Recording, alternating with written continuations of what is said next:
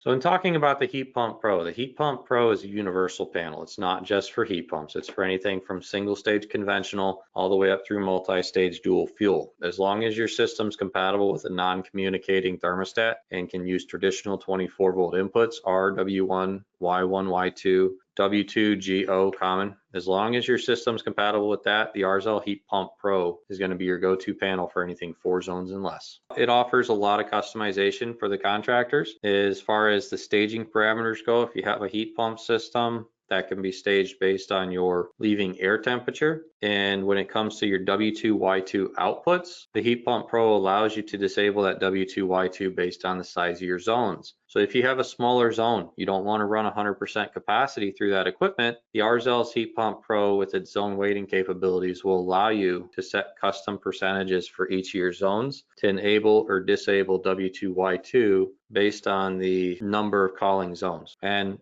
it can mix and match. So it might be that this zone, one zone's large enough, another zone requires a little extra capacity, and then 2 zones are small enough that you wouldn't want them even calling together to be able to use second stage capacity. So all that can be set up from the same panel, and it provides you with a true customization using the Arzel zone weighting capabilities. But it works with all equipment types. So if you need just a single stage gas furnace with a condensing unit, the Heat Pump Pro is compatible. If you have a 2-stage or even a non-communicating modulating furnace with a heat pump, the Arzel Heat Pump Pro is compatible. And with that, you can use basic thermostats. The operating parameters are field adjustable. They're stored in non-volatile memory. So if the power goes out, somebody resets the panel, turns the power off, the settings will not change unless somebody physically changes the settings in the wizard. So they are non-volatile memory and they will not change unless somebody specifically changes the settings. But the vast majority of the parameters are field adjustable, so you can really tailor that comfort to your customer's expectations. We have high and low temperature protection, so if the coil is going to start to freeze up, we can stage the compressor back. If the furnace is getting too hot, we can stage it back. And if it stays in those conditions, we can turn off the compressor, we can turn off the W outputs, and we still continue to run the fan so that we can cool off that heat exchanger, or that we can keep heat moving through that evaporator coil from the house air so that it doesn't turn into a block of ice. So we do have temperature protections built into it. Those are also used for staging. So if we can't maintain a certain temperature in our leaving air duct, the heat pump will stage up. If we can't maintain a certain temperature in our leaving air duct, the air conditioner will stage up. And if we have electric backup, we can bring that in based on the leaving air temperature. If we have a gas furnace backup, there is a 9-minute delay between first and second stage heat, but W2 has a hard lockout based on the zone weight. So if that zone cannot handle W2 output, the Heat Pump Pro will keep it disabled indefinitely until the zone weight percentage adds up to being allowed, or there's enough ductwork available to handle that high stage capacity. We also have the balance point changeover built into the Heat Pump Pro, so you don't have to use heat pump thermostats. It's all controlled through the Heat Pump Pro itself. You can use a basic 1 heat, 1 cool, RWGY, common if you need it, thermostat, and the Heat Pump Pro will give you up to 4 heat, 2 cool on your outputs for an all-electric application with a 2-stage heat pump and 2-stage electric backup heat. Or if you have a gas furnace with a heat pump, it will provide you that dual fuel changeover as well as the staging control for that furnace and the outdoor unit. So the zone weighting controls the W2, Y2 output to the furnace air handler independently of the Y2,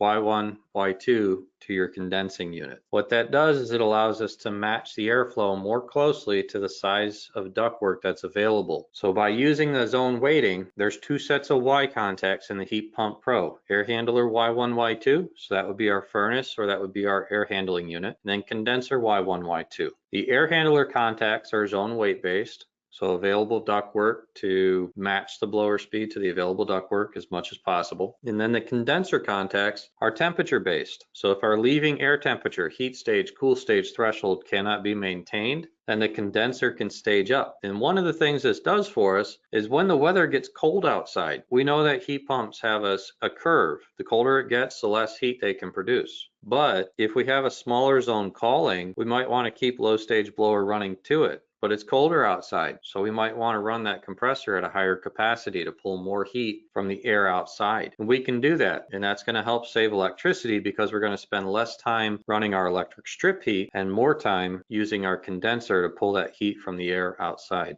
So LCD screen and programming. The LCD screen gives you a high-level overview of everything that the HeatPumPro is doing, the very main screen, the home screen essentially. It has a line that says out. That tells you exactly what terminals are energized going to your equipment. If it is listed there, it should be closed on your HVAC outputs. We can look directly underneath that at the OAT and the LAT, outside air temperature, leaving air temperature. We can take a look and see if those are within range. We can see exactly what zones are actually calling. So if I look at those zones and let's say I've got 2 zones calling, but I only see one of them being registered in that zones box, then I'll know that there's a problem with that other thermostat that's calling. And now I can go through my individual zone screens. So when I'm looking at troubleshooting with the HeatPumPro, the first thing I'm going to do is I'm going to look at my home screen. If I know my thermostats are calling, I'm going to take a look at that output line and I'm going to see, is the HeatPumPro panel telling me it's outputting for what I wanted it to do? So if I know my zones are calling, I'm going to look at that zones box and I'm going to see if the number displayed there reflects the zone thermostats I turned on. And then I'm going to look at my output line to see if that reflects what I told my thermostats I wanted to happen. And if those don't match up, then I'm going to go through my individual zone screens. I'm going to use that blue enter button and I'm going to cycle through the zones one at a time. The first screen I'll see is zone 1, and each press of the button will take me to a different zone thermostat, zone 1, zone 2, zone 3, and zone 4. And what we can see here is that occasionally we'll see a -ILL. That's an illegal call that the panel will ignore. In that case, zone 4 says WY-ILL. That tells me that I either have a short in my thermostat wire, so W and Y are pinched together, or I have my thermostat programmed incorrectly and it's calling for Y at the same time it's calling for W. So maybe I set my zone 4 thermostat up as a heat pump thermostat, but the zone 4 connections will not accept a heat pump thermostat. It has to be conventional 1 heat, 1 cool for zones 2, 3, and 4. Now the zone 1 thermostat connection will allow for a heat pump thermostat, but it's completely unnecessary. We can set the panel to use conventional inputs at zone 1. So all we need is R, W1, Y1, G, and common if it's necessary. Maybe we have a Wi-Fi thermostat. We prefer you to have the 5 wires available so you can have a dedicated common wire for the Wi-Fi thermostats. So based on how I set it up, looking at these individual zone screens, I can see exactly what inputs I'm receiving from my thermostat. So if I know I have zone 4 calling, and I go to my zone 4 screen and I see a -ILL, that tells me I have a problem with the input coming from that thermostat. And that's either an issue with the thermostat, might be programming, might be a bad thermostat, or it's an issue with a short my low voltage wiring. And now I can focus my attention at zone 4 to see what's going on. When we're diagnosing the HeatPumPro, or any Arzel panel for that matter, when we look at that, our thermostat inputs, so zone 1, zone 2, zone 3, zone 4 connections, we can treat that like it's 4 individual pieces of equipment. So our thermostat's our thermostat, and that zone connection is essentially our equipment in relationship to our thermostat. And then we can treat our HVAC outputs as though it's a thermostat. So the HVAC outputs in relationship to our furnace and air conditioner is a thermostat. And we can split that up and diagnose each side of the system independently, looking at it as though we had 4 or 5 pieces of equipment instead of 4 or 5 zones. And now we can focus our attention on the actual trouble spot instead of becoming confused, jumping back and forth between all these different areas. So the HeatPumPro will show us what zone we're having a problem with. It'll show us exactly what the panel is supposed to be doing, and then we can focus our attention diagnosing that certain area that needs to be addressed. Then the last screen we see is HPP status messages. If you have a fossil fuel furnace, it's always going to say below balance point, because if you don't have a heat pump outside, it's going to be locked in backup. And anytime a call for heat comes in, it will always say below balance point. So a common question I get for somebody that's not as familiar with these panels as those who have been installing them for a long time is the MSG is flashing in the bottom of the main screen. That's not a problem with the equipment. It's always going to say below balance point if the gas furnace is running. Always going to say below balance point if the gas furnace is running. And then capacity stage up would just mean that we didn't reach our heat stage threshold. We didn't reach our cool stage threshold, so we're stepping the equipment up a stage. So it's not an actual fault with the equipment operation. It just tells you what the panel's done most recently, whether it's allowed for W2Y2 or whether it's caused it to stage back because you hit a limit condition, or if you have a gas furnace without a heat pump, its below balance point's always going to display. So it's not a problem of an error. It's just what the panel's done recently for operation. So when you first power the panel up, you see that screen that's going to say HeatPumPro by Arzel. Press blue to enter setup. So you're going to press the blue enter button. And if for some reason your panel has the blue button and the yellow button reversed, just look for enter. It's always there on the right side of the two white buttons. So just press the enter button. But the first parameter we're going to see is show temperature in, and then we select Fahrenheit or Celsius. So for America, we're primarily Fahrenheit. Canadian markets, primarily Celsius. And you can select that operation here. You can select your zone priority. Automatic is factory default, and that's going to take care of the vast majority of people out there. But there are some who need to set a priority to heating, cooling, because maybe they've got someone in the house on oxygen, and that zone needs to take priority over the other zones as far as comfort goes. So if that person needs more heat, they would set the priority to heating. And then if that zone calls for heat, it would be served first. It would take priority. Or maybe they need more cooling in that area, someone with COPD. My buddy's mom's got that, and she can't handle it if it gets too hot. So for her, we would set it to cooling priority. That way she can be comfortable, and the rest of us that are healthy are able to be uncomfortable for a slight period of time to manage her requirements for her health. Then zone wait priority allows you to set a hard lockout on the changeover. So the panel, whether you're set to automatic heating or cooling, after 20 minutes of serving that priority zone, will switch to the opposing call. However, if you're set to zone wait priority, it's a majority rules system. And if the majority of calls coming in are calling for heating, and that zone wait percentage says that, then heating call is going to be served indefinitely before that cooling call can be served if a small percentage is calling for cooling. Then we have our zone 1 stat type. So this is where we determine, did we use a heat pump thermostat at zone 1 or did we use a heat cool? Factory default is heating cooling. If we use a heating cooling thermostat, a call for heat is W. If we use a heat pump thermostat, the call for heat might be W, but a call for heat also could potentially be Y, Y1 and G. So if it is set to heat pump, a call for heat could be Y1 and G. A call for heat could be W1. Both will be served the same. However, we cannot energize O and W1 at the same time. If we do that, the panel will have an illegal call, so -ILL, and it will ignore zone 1. This is a common cause for tech calls when it comes to somebody installing a piece of equipment that energizes the reversing valve in heating. They don't read the installation manual, and when they forget to do that, they set their thermostat up to energize the reversing valve on a call for heating, and then that zone 1 thermostat's not being served, and it's not being served because they energized O and it's too cold outside to run the air conditioner.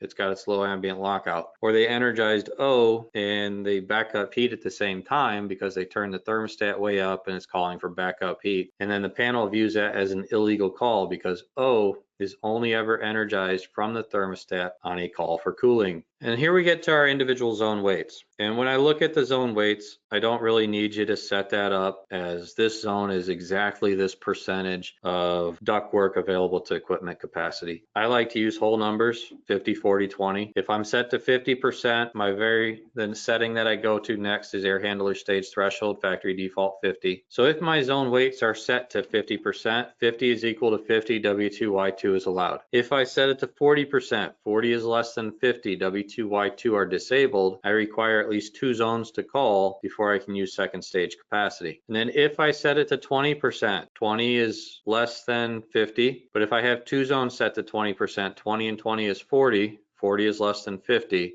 W2Y2 outputs would be disabled until at least 3 zones were to call. So we can set all that up. Each zone can be customized for its individual weight to determine, do I need 1 zone to call? Do I need 2 zones to call? Or do I need 3 zones to call? And all of that can happen from the exact same panel. So if I have a 4-zone system, zone 1 is a large zone, I leave it at 50%. Zone 2 is a medium-sized zone. It can't quite handle second stage capacity, but it could if it had just a little bit more. I would set it to 40%. And then zones 3 and 4 are small. I don't want them to run second stage capacity. Even if they call together, I would set them for 20%. So With zone 2 calling needs a little extra capacity, 40 and 20, so zone 2 and zone 3 or zone 2 and zone 4. 40 and 20 is 60, 60 is greater than 50, W2Y2 is allowed. However, zones 3 and 4, 20 and 20 is 40, 40 is less than 50, W2Y2 is disabled. So I just use it, I use the whole numbers, 20, 40, 20, 40, 50. 50 is factory default, I leave it alone. If I want 2 zones to call, I set it at, or if I want a medium-sized zone and a small zone, I set it at 40%. But if I have 2 small zones, I set them for 20%. And then that allows me to have a more customized operation as far as my W2Y2 output goes for that piece of equipment. Air handler stage threshold.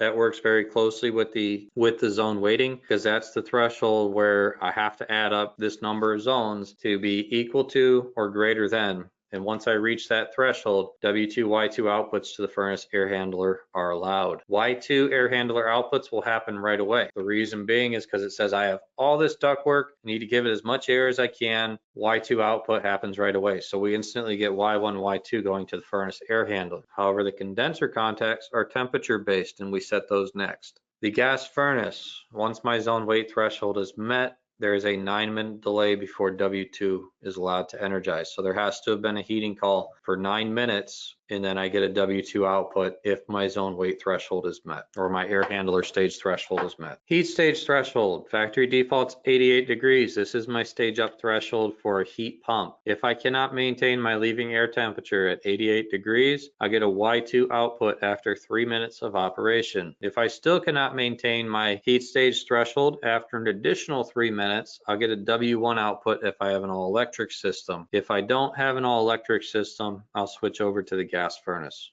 Cool stage threshold 55. So if my air conditioner cannot maintain 55 degrees with a Y1 input, then I will stage it up to a Y2 and I'll run a second stage compressor. And that works independently of the blower operation. So I might run a low stage blower, but if my outdoor temperatures are extreme enough, I can run my compressor in that higher stage to either remove more heat from the house or to pull more heat from the air outside and move it into the house if I have a heat pump or a condensing unit. Balance point OAT. This is our changeover from heat pump to fossil fuel backup. If we don't have a heat pump, it needs to be set to lock-in backup, and that is the factory default. If we do have a heat pump, this is our changeover from heat pump to fossil fuel backup. And once we reach that temperature, the heat pump's disabled. We only run the fossil fuel backup. Resistance lock, OAT, efficiency setting for the all electric applications. We don't with heat pumps becoming more and more efficient, we don't need to run the strip heat until we get colder and colder temperatures. And we can save our customers a lot of electricity by disabling that electric backup heat until we reach a specific temperature outside. So while the HeatPumpPro does control that pretty effective based on leaving air temperature, there might be a reason to disable the electric backup heat completely until we reach a specific outdoor air temperature, and that can be done. Then we have our heat pump high limit. If our compressor running gets too hot, we'll stage it back. If our compressor running stays too hot, we'll stage it off, continuing to run a Y1 output to the furnace with a G output as well. And then our gas furnace or our electric strip heat, if those get too hot, we can stage them back. If they stay too hot, we can stage them off. And between all of our staging, there is a 3-minute delay. So the panel will wait 3 minutes between staging it off or between staging it back before it stages it off, and it gives it that 3 minutes to drop below the threshold. And then our cooling LET low limit, freeze protection for our coil. If our plenum temperature dips below this, we'll stage the compressor back. If it stays below there, we'll stage the compressor off. Type of backup heat. Are we using fossil fuel backup or are we using electric? If we're using fossil fuel backup, we cannot run Y output to the condenser at the same time as a W output. If we have it set to electric, then W becomes a stage of Y. So first stage heat would be Y1, second stage Y2, third stage W1, fourth stage W2. However, if we are set to fossil fuel, we cannot run W and Y at the same time. It'll either be Y1, Y2 compressor, or it'll be W1, W2 furnace. Backup controls fan, true or false? If it is set to true, the backup controls fan. If it is set to false, the Arzel panel will output for G. So fan call, it will output for G on a call for heat. Dehume collar voltage, leave it set to 24 VAC. I like to call this poor man dehumidification because what it does is if you engage dehumidification through the Arzel panel, so there's a D terminal, D for dehumidification, at your zone 1 connections. If you engage that, then the panel will run a Y1 compressor output. It'll run a G output to the furnace air handler. So you get low speed fan, really cold coil, and that runs the air through the coil, collecting as much humidity as possible because that coil is really cold, and that allows it to dehumidify the air. If you leave this to 24 volts, you would use a dehumidistat to engage R and D, so your hot and your D for dehumidification at your zone 1 terminals. If you set that to 0 VAC, you can use a humidistat, and it essentially reverses the operation of that humidistat. However, if you don't have anything connected and you set that to 0 VAC, the panel will indefinitely have a dehumidification call, and your compressor will run all the time when there is no active call from the thermostats for heating or cooling. So basically, leave that set to 24 volts. Don't touch it unless you plan to use it. And if you plan to use it, use a dehumidistat. Secondary purge time.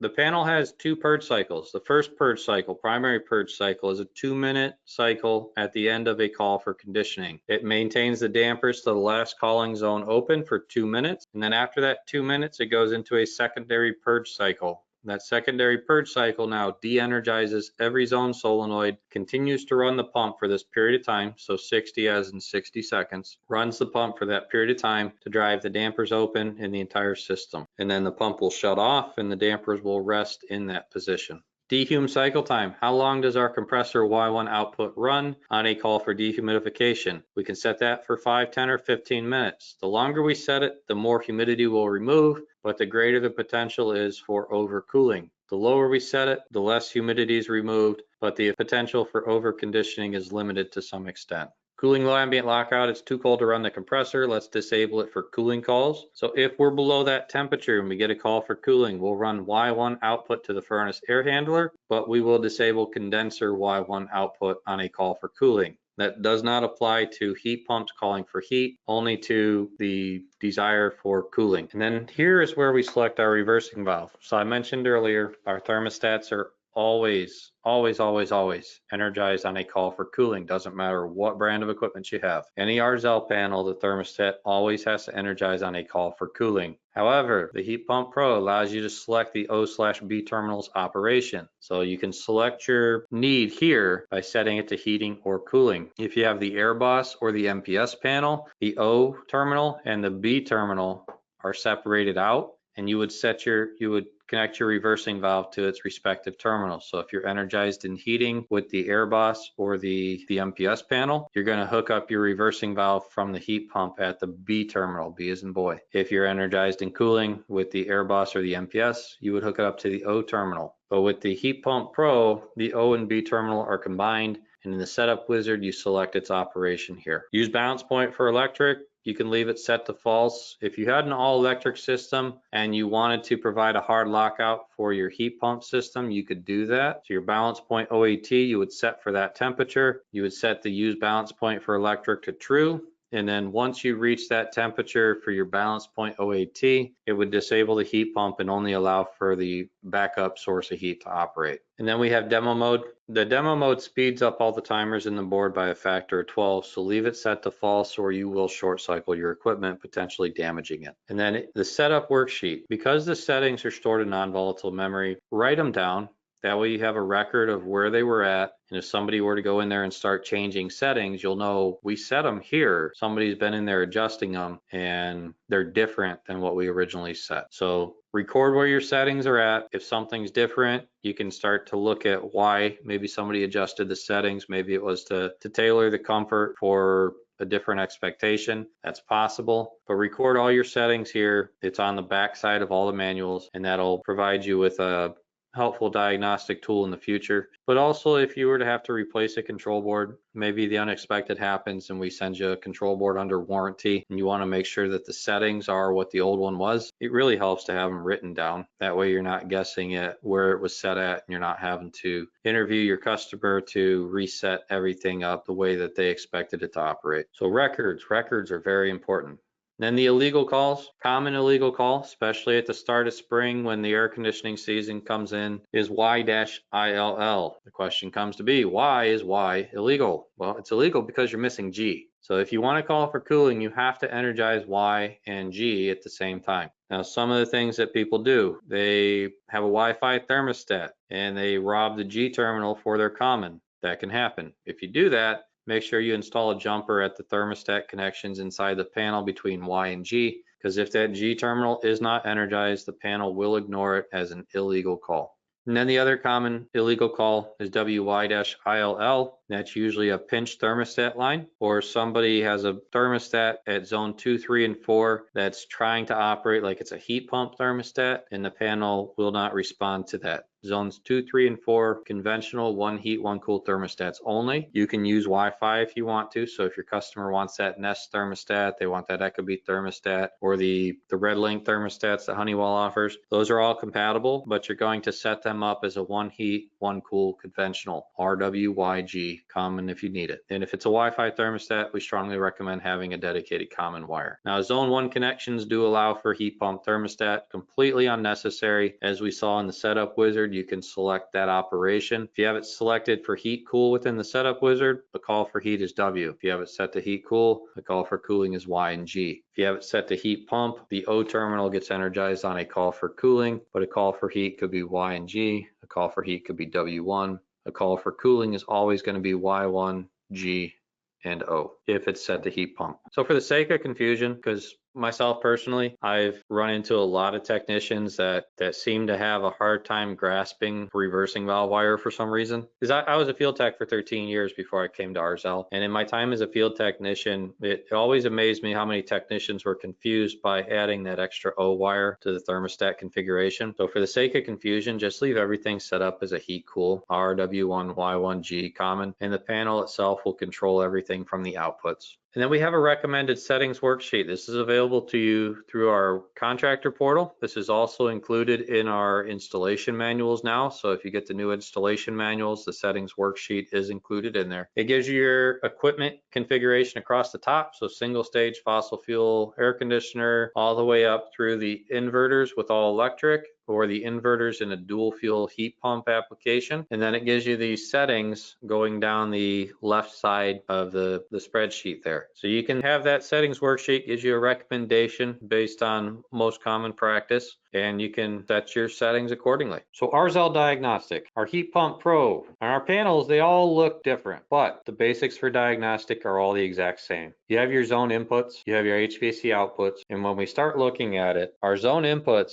are the equipment connections in relationship to our individual thermostats. And then our HVAC outputs are our thermostat connection in relationship to our equipment. And the panel configurations differ slightly, but we have all our thermostat inputs, we have our HVAC outputs, our AirBoss and our MPS, slightly different configuration, but we have our thermostat inputs, our zone inputs, and then we have our MPS, we have our zone inputs as well, 1, 2, and 3, and then we have our HVAC outputs. And while the configuration between the different panels varies somewhat, they all operate exactly the same. Your thermostat calls, the panel applies a set of rules, and then your equipment provides you with the output. So zoning applied, thermostats call, your equipment in relationship to your thermostat are your zone connections. The zoning panel applies a set of rules to it, so we're not sending conflicting calls to our equipment and potentially damaging it. So that set of rules then determines what our equipment's going to do, and then our HVAC outputs are energized accordingly so that we're not sending a conflicting call to our equipment. So thermostat calls, the zoning panel applies the rules, and then the zoning panel acts as the thermostat in relationship to our equipment as the mediator applying some logic to multiple thermostats. But before we can really get into how those rules apply, we have to have the basics of electrical diagnostic worked out. And this is probably one of the common things that we do here in tech support is we go through basic low voltage diagnostic almost every single day.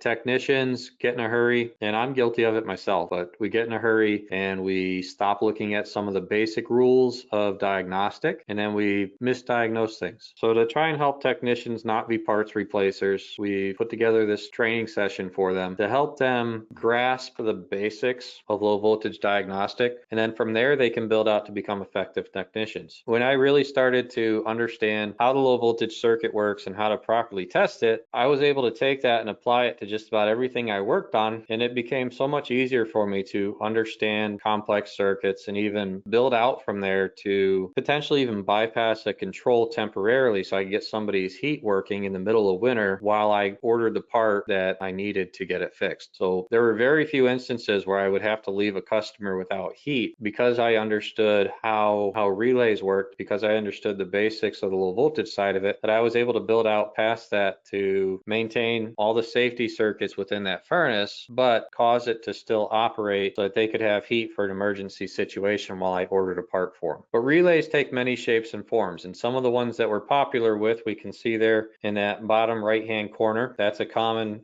relay that we run into. Probably have 3 or 4 of those on most service trucks, and they're a lifesaver. They really are. Some of the other common relays, the brown one there, an old fan center relay. We still run into those on occasion, but not too often. More commonly with a fan center when it comes to a boiler, but even boiler controls are being updated to the point where those relays are really becoming obsolete. So relays take many shapes and forms, and a relay is really just an electrical device that incorporates an electromagnet to activate a circuit, close a switch. So it's a light switch, but it's an automatic light switch. You apply power to one side of it, the light switch closes or opens depending upon what we're looking at, normally open, normally closed. You apply power to it, and then the normally open, normally closed reverse function, and they either open or close. The difference between a relay and a contactor is the amount of current flowing through it. Contactor is typically designed for loads of greater than 10 amps. A relay is typically designed for loads of less than 10 amps. Aside from that, they both operate almost exactly the same. It's just the size of the contacts to allow for greater electrical current. Now, the most common relays that we work with in the residential and light commercials, the SPST, single purpose single throw, or the SPDT, single purpose dual throw. And more commonly, the ones on the back of our truck are usually going to be an SPDT because there's a normally open set of contacts and there's a normally closed set of contacts. And that's 9 times out of 10, that's the relay on the back of a service technician's truck. And that's the one we rely on the most in our industry because it has both sets of contacts that we can use to meet just about any application. Normally open, normally closed is a lifesaver to the technician. But a relay, you got an electromagnetic coil, you got points of contacts. And then when that coil is energized, it pulls the magnet down to make the contacts or to break the contacts. So in its normal condition, the relay might be open. In its powered condition, the relay would then close, depending upon what we have. Is it a single purpose, single throw relay that's normally open? We power it and it closes? Or is it a single purpose dual throw relay that has 2 sets of contacts, one which is always open, one which is always closed in its normal state, and then just kind of reverses those 2 contacts when we energize the relay. So normally open means if I don't have power going to it, that contact is open between common and normally open. And then if I do have power going to it, common and normally open then closes. Where my normally closed terminal is common and normally closed is normally closed if I'm unpowered. But once I power that circuit, common and normally closed opens. So in its normal unpowered state, normally open is open, normally closed is closed. And then once I power it, I reverse that. So I open or close. So in the HVAC industries, relays have really one purpose, and that's control and or isolation. In most cases, it's always control, but that control is a form of isolation. So when I'm looking at my relays, understanding how they work, understanding how to use them, I can build some custom controls for temporary purposes to get parts ordered. But understanding how they work makes me a lot more effective at figuring out where my equipment's not working at. Because those relays aren't everything. They start at the thermostat, and from the thermostat to the zone panel, there's a whole bunch of relays in there. From the zone panel to the HVAC equipment, there's a whole bunch more relays and closed contacts and switches in that circuit. So a relay in action, we have 2 power sources. We got 2 transformers. Maybe one of them's a low voltage circuit and the other's a high voltage circuit. And I want to switch the high voltage circuit based on the low voltage circuit. So fan motors, our vent motor, our compressor in the outdoor unit, the fan fan motor itself and the air handler. Those are high voltage circuits that are controlled with a low voltage input, and that low voltage input is driving a relay that makes and breaks the high voltage circuit. So when I apply power to the coil side of my relay, my contacts are opened or closed. So once I apply power to it, my contacts are closed. I now allow the load, or in this case the light bulb in the diagram, I allow that to have power that then flows to ground, energizing my load circuit. So a relay is isolation, it's control. I can use dissimilar voltages. In this case, I've got a 24 volt control of a 120 volt light bulb. And that's really how every single furnace operates. I've got a low voltage control that drives my fan motor, making it run in high voltage. I have a low voltage control that drives my vent motor, so a low voltage control operating a high voltage circuit. My outdoor unit, my compressor, I have a contactor. A contactor makes and breaks a 220 volt circuit. So it's all about understanding where voltage applied closes a set of contacts and allows the circuit to continue operating. What's the best way to test a set of relay contacts? The best way to test to be 100% correct as far as whether or not that relay is working is going to be with an ohm test, a resistance test. When we do the ohms test, that tells us the quality of our contacts. It tells us if we have an issue of maybe our contacts are becoming burned or pitted, and that's getting to be a problem for us. That's going to restrict the electrical current. So an ohm test is going to be a foolproof way of determining if I have a good set of contacts. So when I'm testing, if I have an open circuit, what would I read for my resistance? OL. OL, open, overload, infinity. I might see the Mobius loop. If I have an open circuit, I got OL. If I have a closed circuit, a lot of technicians listen for beep, beep, beep, and they think it's good, it's closed. They had a good continuity test, but that doesn't really tell us anything about that circuit. So toning doesn't indicate the quality of the connection. If I'm doing a resistance check, what would be a good quality connection? Hopefully 0. Hopefully, but nobody's perfect. So we look for less than 1 ohm of resistance. So when you're measuring the Arzel system, your resistance, as long as it's less than 1 ohm of resistant, it's a good contact. If you pull that thermostat off the shelf at your distributors, because maybe you had a run of bad thermostats on your truck, and I've had that call recently, quite a bit actually. Probably the one that sticks in my memory the most is a technician pulled a thermostat off his truck, and he called me up multiple times because it's like, I keep pulling thermostats off my truck. It can't be the thermostats anymore. It's got to be your zone panel. But all our resistance checks showed that the zone panel itself was good. And if he jumped out the thermostat connections at the zone panel, everything fired up and worked. So he pulled 3 bad thermostats off his truck, and then I had him start doing the resistance check on the thermostats themselves. So what he did now is he took his thermostats back to his distributor, and now he tested the thermostats on his distributor shelf until he found one that actually checked out good the way I showed him how. So he found a thermostat that tested good from his distributor shelf, took it back to the job, and everything worked perfect. It did exactly what it was supposed to. And that all came down to doing a resistance check. So he started doing the resistance test on the thermostat before he even installed it, found a good thermostat on the shelf at his distributor, took it back to the job, and he was good to go. So when we start looking at our thermostats, when we start looking at the contacts, the quality of those connections, we might find that, yes, we just pulled a brand new thermostat off our truck, but that doesn't mean it's a good thermostat. So we start doing our resistance checks, and our resistance check now tells us that we have a good or a bad thermostat.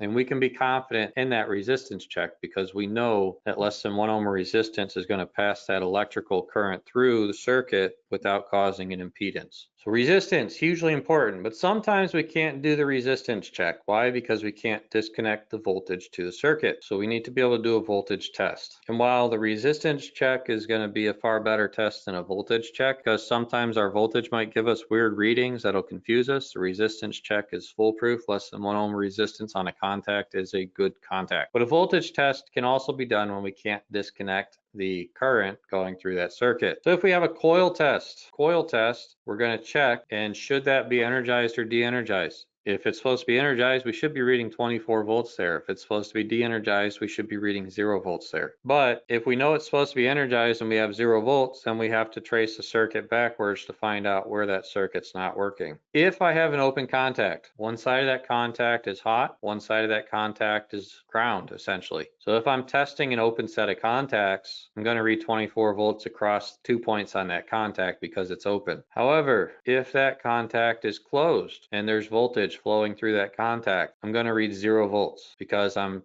essentially touching my meter probes together. I'm I'm testing two sides of the exact same potential. There are times where a contact will have high resistance, and what we're going to see there is we're going to see a voltage drop. So if I were to check between R and the closed side of that contact, or the switched side of that contact, if I check between R and there, I might see 6 volts. And then when I check from there to common, I might see 18 volts or 16 volts. But if I check between R and common, I'll see 24 to 26 volts. And what that tells me is I've got a burned set of contacts, a bad relay, that when I do a resistance check, I'm probably going to find somewhere between 40 and 80 ohms of resistance because those contacts are burned, pitted. It's a bad relay. So there are times in the field where I was testing a circuit and I couldn't check for resistance, but I noticed I had split voltage. I had 6 volts going one way, I had 16 to 18 volts going the other way, and I knew I had a bad contact because it split my voltage. It caused a voltage drop across that circuit. It was acting as a restrictor. So voltage is also an effective test, but ohms and resistance is the foolproof, most effective test I can do. So where do we start? Well, we start with our thermostat. Our thermostat is the very first step in diagnosing a low voltage circuit. If I've got my thermostat set, then I need to verify that my thermostat is doing exactly what it tells me it's doing. So like that technician I mentioned earlier, he had multiple thermostats on his truck. And while they all did the exact same thing, what they were doing was wrong for what they said they were doing. They said they were calling for heat, but they never actually closed their W circuit. So in the normal condition, in the off state, all my contacts in that thermostat are open. So a quick exercise that I like to do with the technicians is name that call. If my thermostat is doing this, what's that call? What's that call for conditioning on that thermostat? That call for conditioning is, yep, heat. It's a call for heat. So I see my W contact is closed, Y, G, and OB are open. So that's a call for heat. Now in a conventional system, what's this call? That is a call for cooling. Right, on a conventional system, Y and G is a call for cooling. And then this one's pretty simple, it's a call for fan. G's closed, fan's energized. But now I have a heat pump system. On a heat pump system, what is this? As far as the Arzel panel is concerned. That is a call for heat. Is it? Arzel, think Arzel. Thermostat input. Hold on. I'm sorry. That's a call for cooling. I'm sorry. Right. So with Arzel, your thermostat will only ever energize the reversing valve on a call for cooling. So as far as the Arzel panel is concerned, this is a call for cooling. Now, I open my reversing valve. So what is it now? That's now a call for heat. Now it's a call for heat. So with the Arzel panel, a call for cooling involves a reversing valve. A call for heat is Y and G without the reversing valve. But with the Arzel HeatPumpPro, we have all of our thermostats. Our thermostats can call for individual things, and our panel provides a set of rules. And with the HeatPumpPro, with just a call for W or a call for W1, we can energize all 4 stages of heat. So from the output line, we can see that we have W1, W2, Y1, Y2, Y1, Y2, and G all energized on that output line with a call for heat. The HeatPumpPro, based on our leaving air temperature that we saw in the setting wizard earlier in the PowerPoint, we saw that the HeatPumpPro will step its way up through all 4 stages of heat based on our leaving air temperature and based on our zone weight. So with just a call for heat, a call for W, the HeatPumpPro gives us 4 stages of heat. On a call for fan, we then have a G energized. And with the Arzel system, G is the least priority call. We'll always serve a call for heating or a call for cooling before we serve a call for fan. But then once that heating cooling call is satisfied, we can serve the fan call to that individual zone. So fan calls take the least priority. And then maybe we have a cooling call that's coming in along with those heating calls. So maybe we have a basement that needs heating and we have the second floor of the home that needs cooling, and that needs to happen simultaneously. We can't serve them both at the same time because we can't make that furnace run heat and cool at the same time. So then we can set our priority to determine, is heating more important than cooling, or is cooling more important than heating? And with that priority set, my panel will apply that set of rules and logic and control the equipment based on what I'm looking for. So we can have thermostats calling for opposing functions. The panel itself provides the rules that prevent those conflicting calls from damaging the equipment. But when we look at that, our thermostats are our thermostats. Our zone 1, zone 2, zone 3, zone 4 connection, that's equipment in relationship to the thermostat. And then our HVAC outputs are thermostats in relationship to our actual equipment. So we have our thermostats, we have our equipment, and then we have our thermostat out. And it really is that simple. So when you're looking at the Arzel system, break it down for the individual sections. Don't try to take everything in all at the same time. If you're having trouble trying to figure out where the problem is, break it down into individual systems. So looking at this, I see 5 pieces of equipment. I see 4 zones. Each zone has its own piece of equipment. That's my zone connection. I see individual thermostats, not 4 thermostats. So I diagnose each zone individually by itself. And as I rule out that zone as not being my problem, I can then rule out other zones as not being my problem. And with the HeatPumPro, you really don't have to go to each thermostat. You don't have to go to each zone connection. You can use those screens like we talked about earlier. Those screens tell you exactly what's being received. They tell you exactly what the panel's outputting for here on the main screen. We look at that line says out.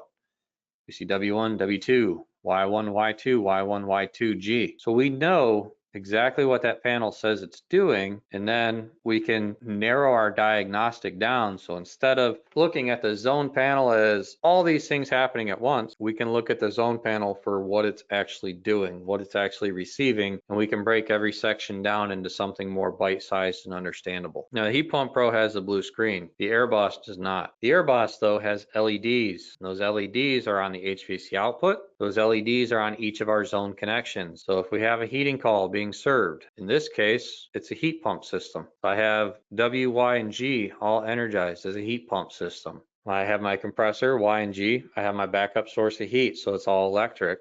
W, Y, G are all energized. That's a call for heat, and that's what's being served. I have a thermostat calling for cooling, so it's Y, G, O. But right now, my heat call came in first. It's being served first. Then I have a call for fan as well. So my thermostats, I go and I turn them on. And then from there, I go back to my Arzel panel and I can verify voltages between R and W, R and Y, R and G. I can see if that call is being received by the panel. But there's also LEDs next to those zone connections. So if I have a call for heat pump operation, WYGO, I'm going to see the top red, the first yellow, and I'm going to see the first G lit. Well, there's one G. I'm going to see those lit, and then I should see that same thing lit on my HVAC outputs. So those LEDs, instead of having the screen readout for the HeatPumPro, those LEDs tell me exactly what terminals are supposed to be energized coming from my thermostat, and from top to bottom or from left to right. It's red, red. That's W1, W2. Orange, orange, or yellow, yellow.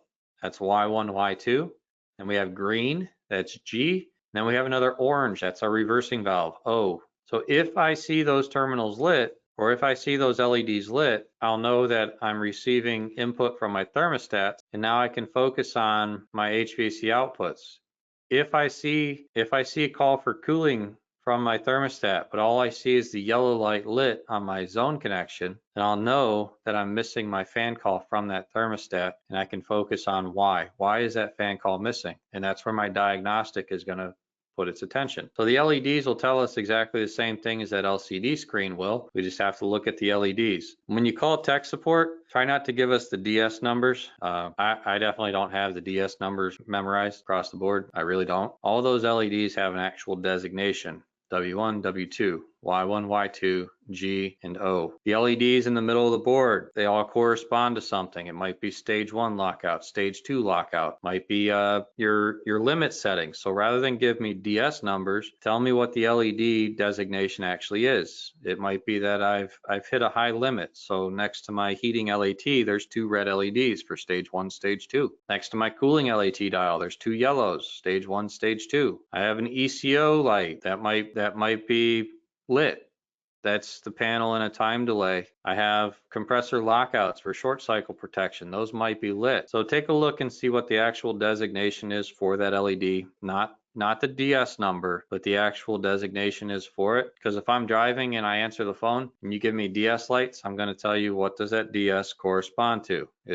Where is that LED located on the board so that I can better understand what it is that's actually happening. But they all have a designation. So give me the designation. Is it W1? Is it my ECO, energy conserve override? Is it my short cycle delay for compressor 1 lock, compressor 2 lock? Is it a limit light? Is it my emergency heat circuits energized? So they all have a designation. They all have a common name. Tell me what those are if you call in for tech support for help. The LEDs will tell you what's happening. So from my thermostats, I go turn them on. And then I go look at my panel, I see if the LEDs correspond to that call, and then I can use my voltmeter to test. If I test from R to that operation, I should read 0. If I test from that function or that operation to common, I should read 24, because common's my path to ground. And when I make that call for heating or cooling, I'm making a connection between R and that function. And then I look at my outputs. If the LEDs are lit, then I'll know that the panel is energizing that, and I can treat that like it's a thermostat connection. I can test resistance by disconnecting my red wire. I can check resistance from the R terminal to each of the indicated functions for operation. That gives me a good resistance check. If I have less than 1 ohm of resistance, I'll know that the AirBoss or the HeatPumpPro is doing exactly what it's supposed to. So my problem of no operation has to be with my equipment or with that thermostat wire running between my panel and my furnace.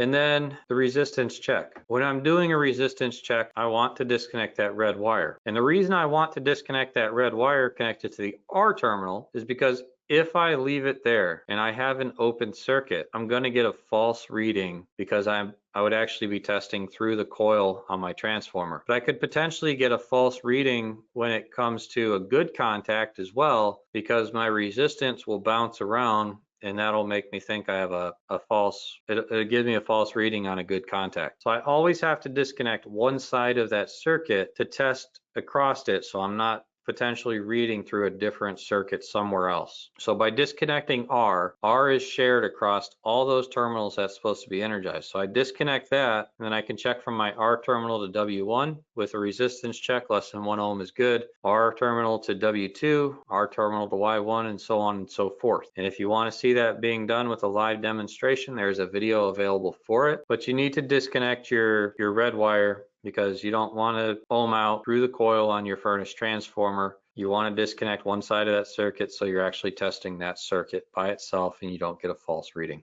And I explained why we disconnect the red wire. We don't want false readings. So again, back to the HeatPumpPro, where we have that high-level overview screen. The output line tells me exactly what terminals are energized. If I see it there, it is energized on my outputs, and now I can focus my diagnostic test there. So if I disconnect my red wire, as we saw in the previous slide, I disconnect my red wire, I can check from my R terminal to each of those indicated outputs. And if I have less than 1 ohm of resistance between all of them, I know that my HeatPumpPro panel is working correctly. So if my equipment's not working, the problem is external to the Arzel panel and I can focus on my equipment. And then by using the zone screens themselves or the LEDs on the AirBoss panel, I can quickly see what inputs are being perceived by the Arzel panel from that thermostat. And if the inputs being received don't add up to what that thermostat's calling for, I can focus my diagnostic on that thermostat. I can focus my diagnostic on that low voltage wire between the panel and the Arzel system, or between the Arzel system and the thermostat. So all of that, while the HeatPumpPro gives us that overview screen, the AirBoss gives us LEDs. And those LEDs tell us exactly what the panel is receiving. They tell us exactly what the panel is putting out.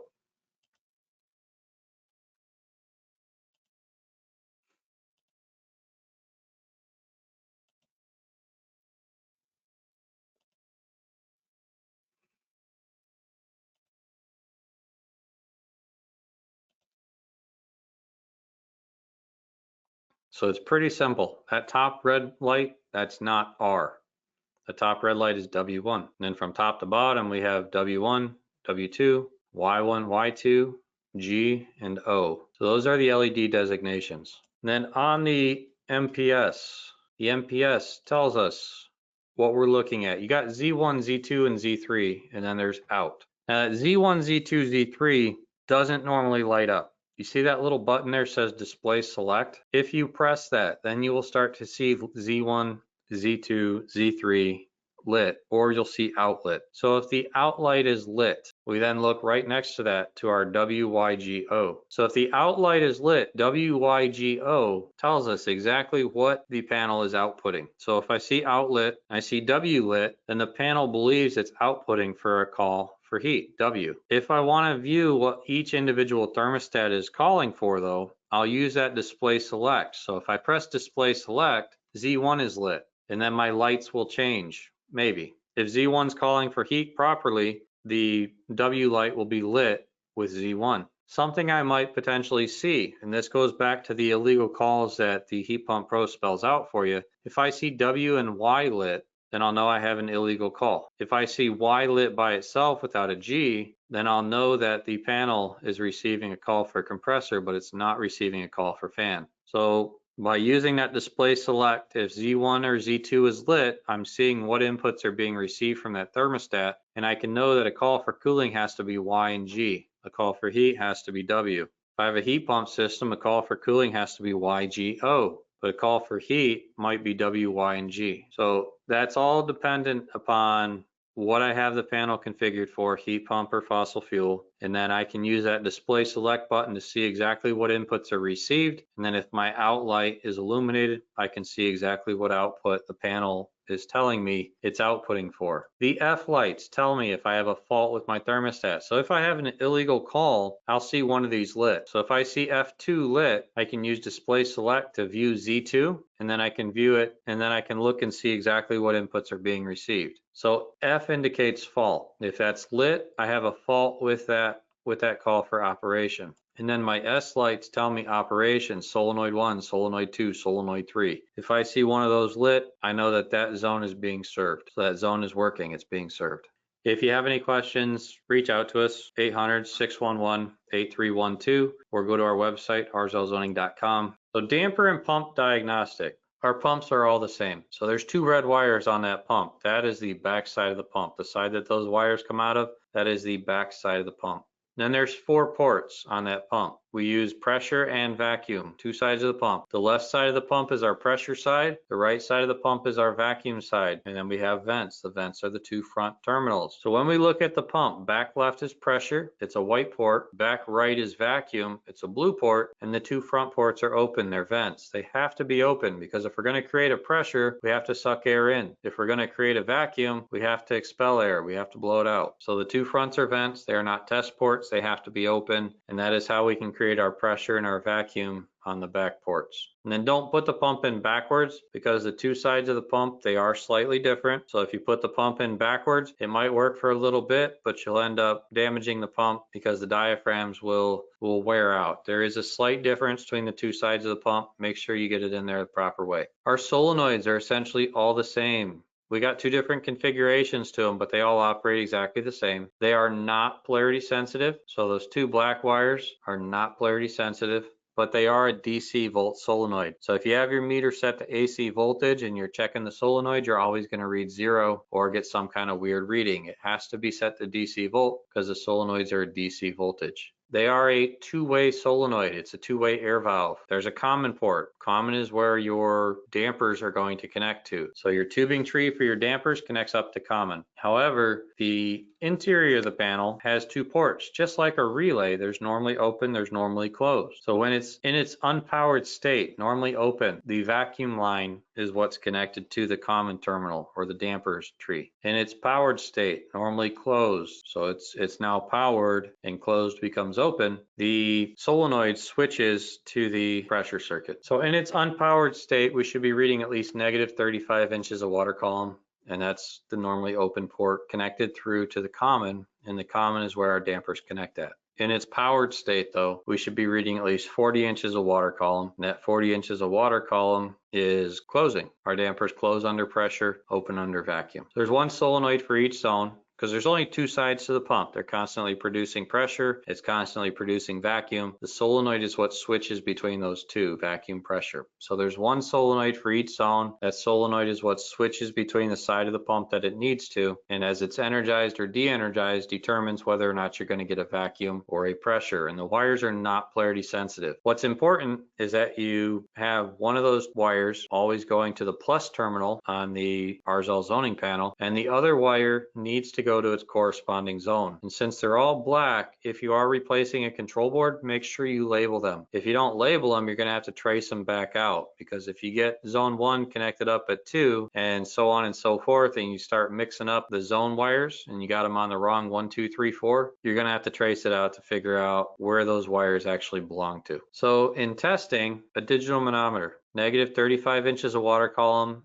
or better to open, positive 40 inches of water column or better to close. If you're getting a low pressure, you test the panel without the zone dampers. So you use your fingers to plug off the solenoid ports, and you'll put your manometer directly on one of the solenoids to test the panel without any dampers connected. And then you can reintroduce the zones one at a time until you find one that has a leak. Once you find a zone that has a leak, you might have to isolate dampers if you have branch damper system. Arzel sells plugs for that. The Arzel plugs, FIT-TP025, will save you a lot of time. We had a contractor had a leak in a brand new system, and he spent hours trying to figure out why it wasn't working before he finally called tech support. He called us and we were able to help him within about 10 minutes time determine what zone it was that was actually leaking, but we couldn't find the leak in that zone at all. So what he did was he went to his distributor, he bought those plugs, the FIT-TP025. He now has a box of plugs. He isolated all the dampers on that zone itself, and he still couldn't hold pressure. So he started taking a really close look at the airline itself, tracing it out, and he found out that his installers had put a staple through the airline. So he spent hours trying to diagnose it, and then he called us finally. We could tell him what zone was leaking, but he had a bunch of dampers on that zone, so he needed some means of isolating it, and that's what those plugs are for. You disconnect your dampers, they're isolated, test the airline independently. Pressure builds up, the airline's good. Pressure doesn't build up,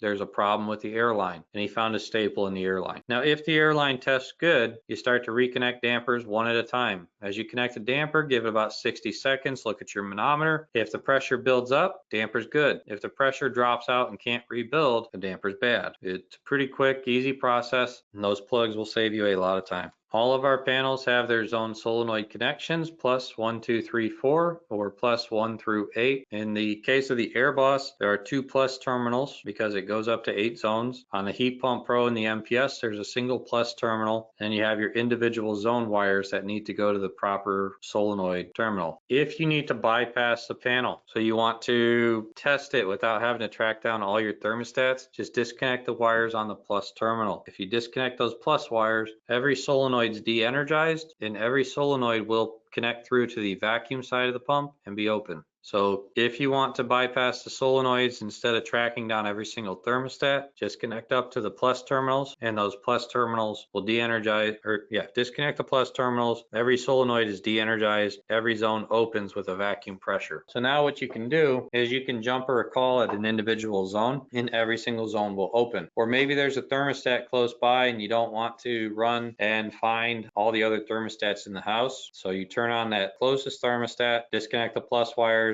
every zone opens, and now you can do your static pressure testing on the furnace, or you can do your startup testing. Maybe you got a customer that likes to go and play with the thermostats after you turned them all on, and that can throw off your airflow test. So to prevent that from happening, disconnect the wires on the plus terminal and you're good to go. If you need to bypass the Arzel zoning system, turn the main power switch off, turn the MPS switch on. Every single zone solenoid is de-energized at that point in time. The pump is running, so every single zone gets a vacuum pressure, a full vacuum pressure, and they will all be driven open. So then you can pick one thermostat, connect it directly up to your HVAC equipment, and the panel's bypass. That thermostat controls the furnace, and all the dampers are open. So the system will run as though it's an unzoned system, and you can do your testing if you need to, or if there is an issue with the board and you're waiting on the warranty board to come in the mail, you can have their heat and their air conditioning up and running so that they can still be comfortable in their homes. The Arzel warranty. Arzel has a lifetime parts warranty as long as it's registered within 90 days of installation. Our lifetime parts warranty started January 1st, 2013 to present. So as long as it's registered within 90 days of installation, it is lifetime parts to the original homeowner. Make sure you register, because without registration, there's a 1-year warranty. Now we do offer grace out to 5 years on that warranty policy. That way your customer we're at least matching the warranty for an unregistered piece of HVAC equipment. But if it's not registered within 90 days of installation, it does not have a lifetime parts warranty. But the lifetime parts warranty, pretty simple. Make sure the contractor or the technicians call us while on site. 800-611-8312. Technicians need to call us while they are on the job site, and then we will walk through some diagnostic questions with them, verify the failure, and we will provide them with an RMA, sending the repair parts directly to contractors. So don't just rip it out of somebody's house and take it back to your distributor. The warranty may very well be denied. If it's not denied, there will be a 20% processing fee placed on that. But it could very well be denied, especially based on the age. Recently, I had a distributor call me up. Contractor pulled the board out, dropped it off, picked up a replacement from the distributor. When the distributor called me for warranty, the serial number he gave me was from 2005. There's no warranty on that. That is prior to the lifetime parts warranty. So warranties can be denied, especially if it's more than 5 years old and it wasn't registered. Warranties can be denied. So make sure you call us while you're on the job site. We can look up registration for you. You can verify the warranty status, and then you're able to quote your customer accordingly. So call us while you're on the job site. And a lot of times we find out that the problem isn't with the Arzel system. So all the diagnostic we talked about, the low voltage, the damper and pump diagnostic, we run through a lot of that really quickly with you. And what that does is that allows us to help the technician determine where the cause for failure is at, because a lot of times it's really not with the Arzel system. So we want to help the technician to actually diagnose the problem and not just replace parts guessing at the repair, where they're constantly going to the customer and saying, well, I fixed this, but it looks like it led me to this. There's still more to fix. Nobody likes a snowball repair. So when you call Arzel Tech Support, we're going to help you weed out those snowball repairs and get the problems taken care of right the first time. And if it does look like there's going to be some additional diagnostic to follow up, we're going to make you aware of that, and just give us a call back after you get the parts so we can continue with the diagnostic process. That one is usually you have an issue with the pump, we're replacing the pump, and we need a good pump so we can verify the dampers themselves. So that one is easy enough to point out in advance. A control board issue, that one is oftentimes not the case. It almost always proves to be an issue with wiring, with settings, with thermostat, or outside of the panel with the equipment. And so we like to run through the low voltage diagnostic, verify the cause for failure. If it is the Arzel system, we don't give you a hard time about that. As long as it's covered under lifetime warranty, we send you the repair parts directly. If it's not, we'll let you know, and then you can get the repairs quoted for your customer and get the part at your local distributor. All warranties require the panel serial number, 4 letters, a dash, and 7 or 8 numbers. It's written on the inside of the panel box, lower left-hand side wall. All registrations require that. All warranty claims require that. So make sure you call us when you're on site so we can collect that information and verify warranty status.